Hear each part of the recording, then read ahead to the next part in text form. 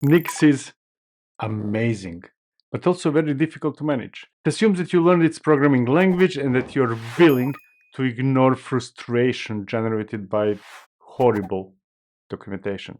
I think it is one of the most useful projects out there that cannot be used by anyone but those willing to dedicate their lives to Nix. Now, to be clear, in that video over there, I showed only the easy part. There is much more to Nix than that, and I will let you explore it on your own. Let me know in the comments how it went and whether you managed to figure it out without going crazy. The way I see it, Nix is like a cult. Those who manage to pass the initiation, join its ranks, swear by it, while the rest of the world finds it just not worth the trouble and sticks with their own religion. Hence, we have a problem. We have a very useful project, one of the most interesting ones I've seen in a while, yet it has a very high barrier to entry. I see two ways to reconcile that. One would be for Nix to rewrite its programming language to write documentation that is actually useful to mere mortals and stop being a cult. Another solution is for Nix to be a project that powers other solutions. There are many projects like that. That's what happened with hypervisors, with kernels, and many others. That's what's happening right now with Kubernetes. We don't work with hypervisors directly, but through services like AWS EC2. Most of us do not compile our own kernels, but use distributions like Ubuntu. Many of us are creating abstractions or using ready-to-go abstractions on top of Kubernetes. When a technology is useful, but complicated to use, handful of us use it directly, while the majority of the rest of us use tools and abstractions built on top of it. That's what we will explore today. We'll take a look at Devbox. Devbox is, according to their own description, consistent shell for everyone. Unlike typical shells like ZSH and Bash, Devbox shell enables us to define which tools should be available in a project by defining a JSON file typically stored in a Git repo. As a result, anyone working on a project can have all the tools required to work on that project without having to pollute their laptop, at least not permanently. In a way, it is like an ephemeral operating system that can be spun up whenever needed and destroyed when not, except that it is not spinning up virtual machines or Docker containers, even though, as we'll see later, that is an option as well. Now, if that description sounds familiar, it means that you already used Nix or that you watched that video. If you're yelling at the screen thinking that you are yelling at me for repeating what you already know, well, this is different. Devbox is a wrapper around Nix. It makes Nix user-friendly. It simplifies usage of Nix. It improves some of the features and it adds a few new ones. Here's the spoiler. Devbox is awesome and it is slowly becoming my go-to tool for setting up everything I need to work on a project. I'm already committed to Nix and Devbox makes it so much better and easier. Now, to be clear, Devbox is not giving you environments to run your applications. Actually, it can, but that's not its primary usage. You should continue running your applications as containers or whichever other way you're doing it. Hence, if I say ephemeral environments, what I really mean in the context of this video is ephemeral environments for the tools you need to do whatever you're doing when working on a project. Now, with that disclaimer out of the way, let's dive into it. By the way, if you're familiar with Nix, you might think that what you're about to see is the same. It's not. It's not. Continue watching. Trust me. Here's what I do when I want to work on a project. I'm inside one of my repositories, ready to start working. I do not have the tools I need to work on that project on my machine. And here's the proof. Among other tools, I need Timoni, and it is not there. I could install it on my machine, but that would mean that I'm polluting my laptop with stuff that I will probably never remove.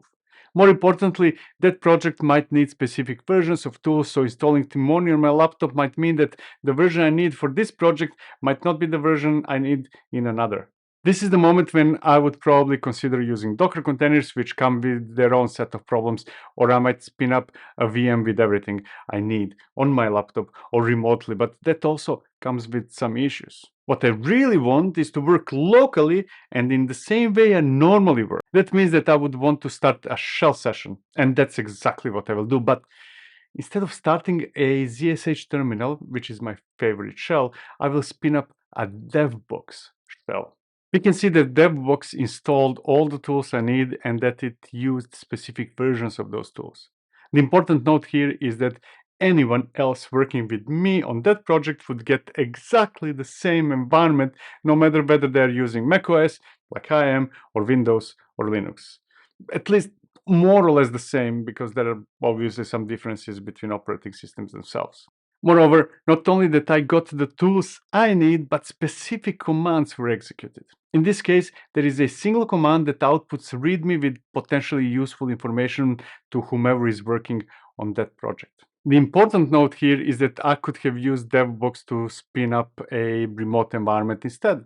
In that case, it would define a dev container which is closest to a standard we have for remote development environments. I could use it with GitHub CodeSpaces or Loft's DevPod.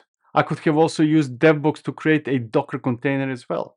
I prefer local shell environments, so that's what I created. You might have a different preference, and that's okay, since Devbox is not limited to local shells. Now, I should be able to work, and we can confirm that by, for example, confirming that Timoni is indeed installed. We can see that Timoni is working, but where is it?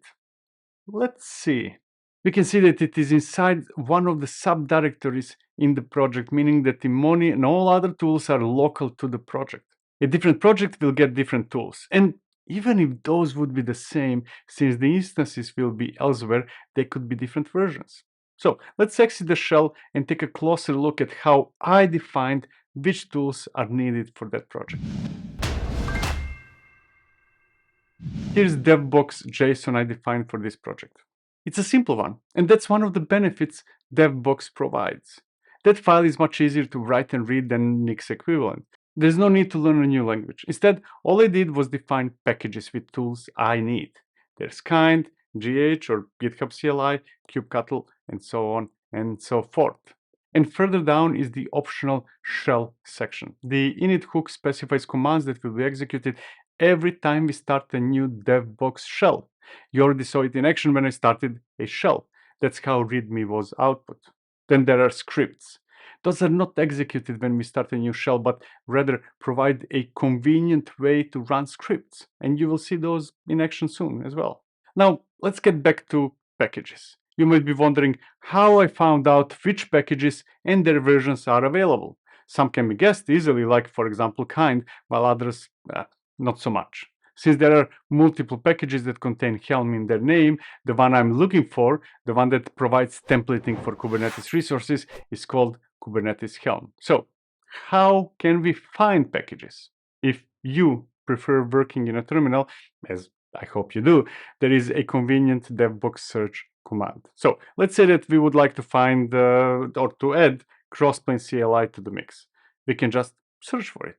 You can see that there are multiple packages that contain the word Crossplane. I suspect that the one I'm looking for is Crossplane CLI, so let's double check whether that's the case.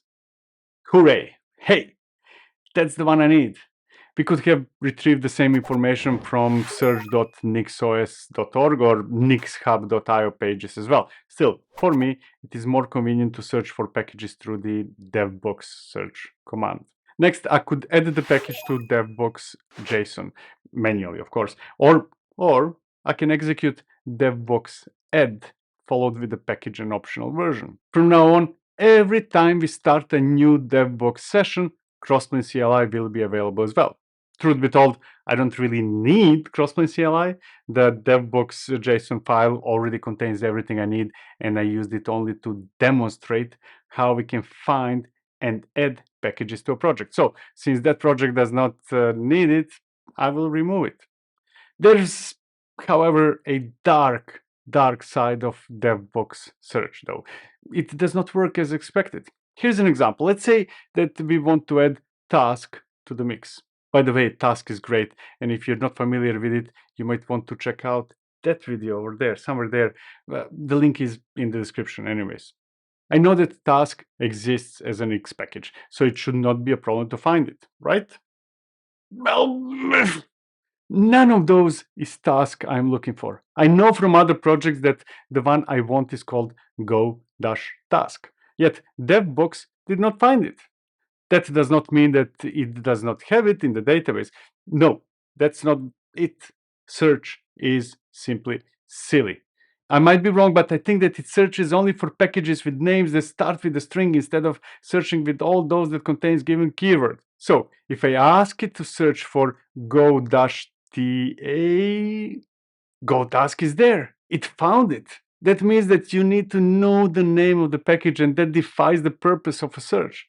For example, if you look for Helm, Kubernetes package manager, it will not find it. But if you search for Kubernetes, then Kubernetes-Helm is there. And that's just silly. It often makes search useless.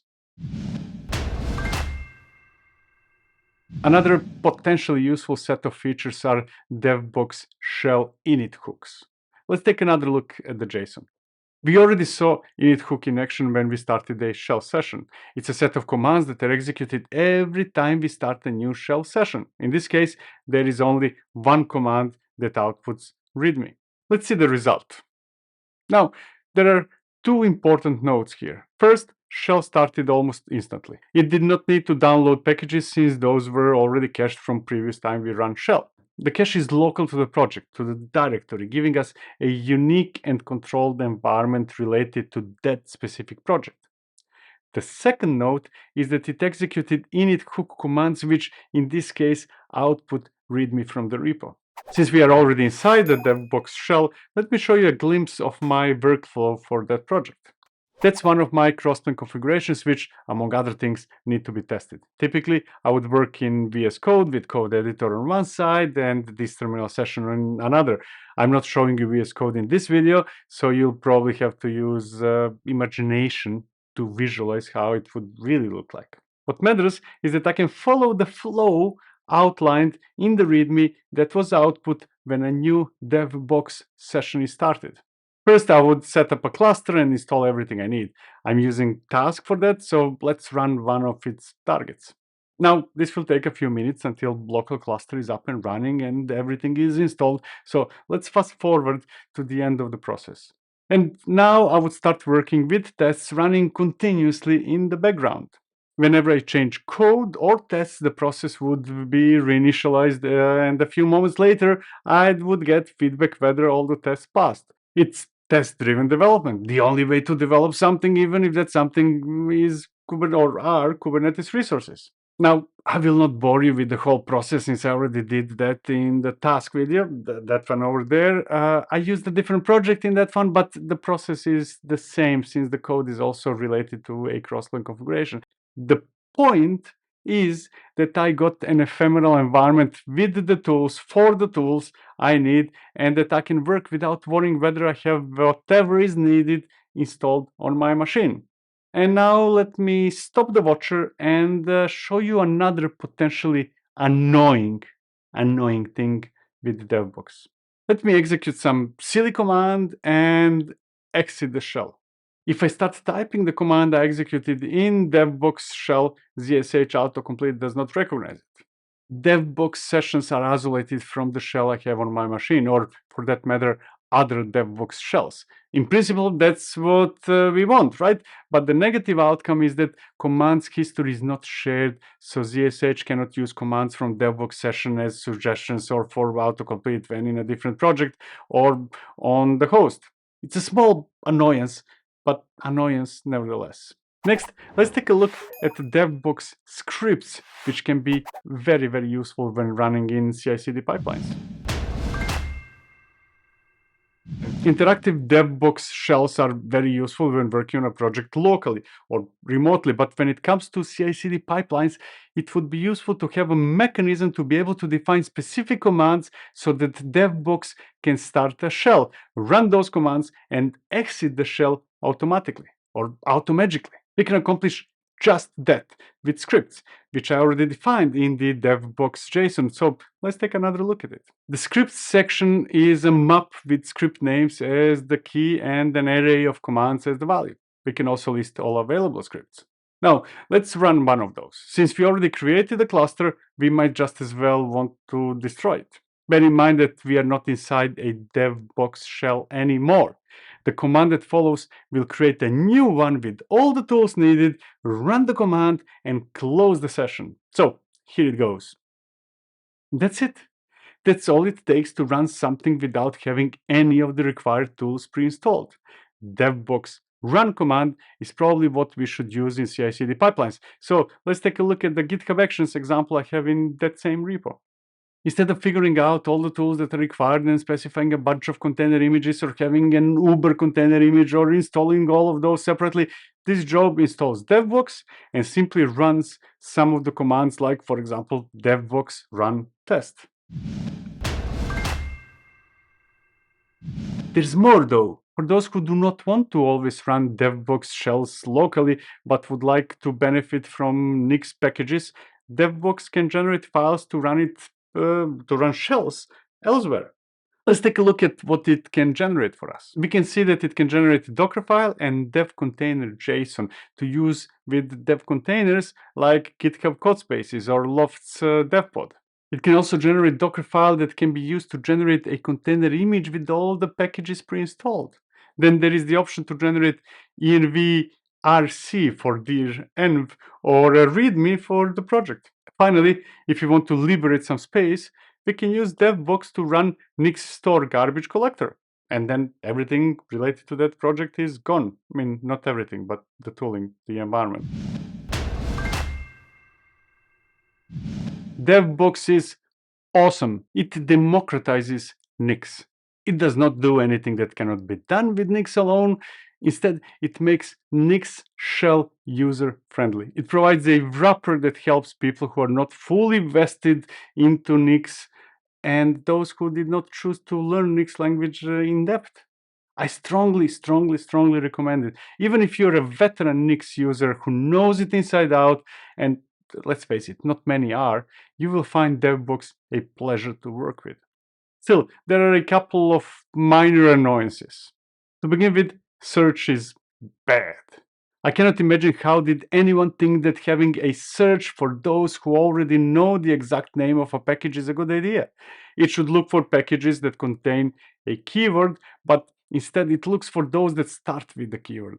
You'll often find what you're looking for, but in some cases you will have to dig deeper to find a keyword combination that works. Or you will do what I do and search for packages on search.nix.org to find the name you're looking for and use it with Devbox search, since the official one does not provide the list of available versions. When search is concerned, both are bad, but for completely different reasons, so you might need to combine them. The second annoyance is that the command history is not global, so I cannot use suggestions and autocompletions based on commands executed in one project in another, or even on my host shell. That's not a big deal unless you are like me. My brain cannot remember all the commands and arguments, so I tend to rely heavily on ZSH auto-suggestions. That's it. Those are the only two negative things I have with Devbox. Only two, and they're minor. Actually, there could be more, but I'm scoping this review to Devbox being a wrapper of Nix, so I'm not commenting on annoyances of Nix itself.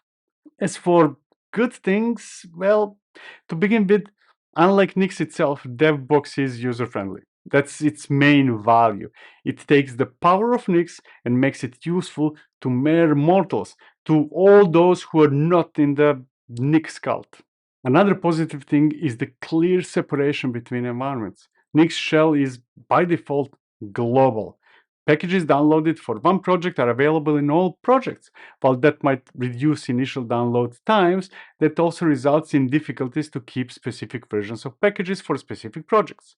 Devbox allows us to treat every project in isolation when at least when packages are concerned. Next, Devbox helps us avoid some silly workarounds. For example, I had to always add --run shell argument with Nix so that it starts a shell using my favorite flavor, which is ZSH, instead of whichever shell it comes with.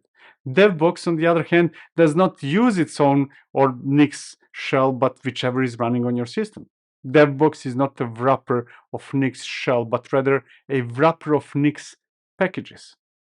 Finally, it is open source with Apache license. So try it out. Let me know what you think. And thank you for watching. See you in the next one. Cheers.